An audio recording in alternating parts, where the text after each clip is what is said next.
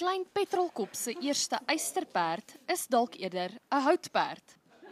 Andries Els, een van die wenners van verlede jaar se Akademia Sakeplan kompetisie, sê dit het sy droom help bewaarheid.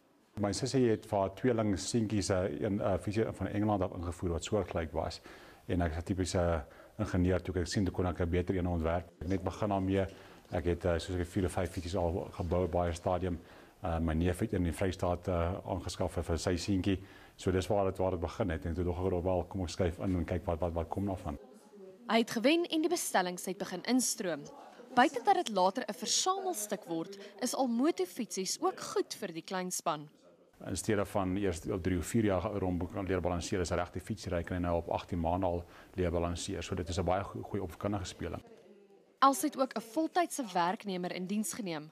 Charles Musia kry 'n persentasie van die wins van elke fiets wat hulle verkoop. Ek is baie gelukkig om iemand soos hy te meet. Ja, ek is baie gelukkig. Ek is baie dankbaar vir.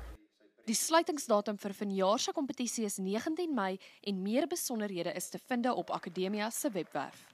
Die Sakeplan kompetisie het ten doel om voornemende en bestaande klein en medium entrepreneurs te help om hulle sakeondernemings volhoubaar uit te brei. Die wenners kry onderskeidelik 'n kontantinspuiting vir hulle sakeonderneming van R150 000 en R100 000 elk.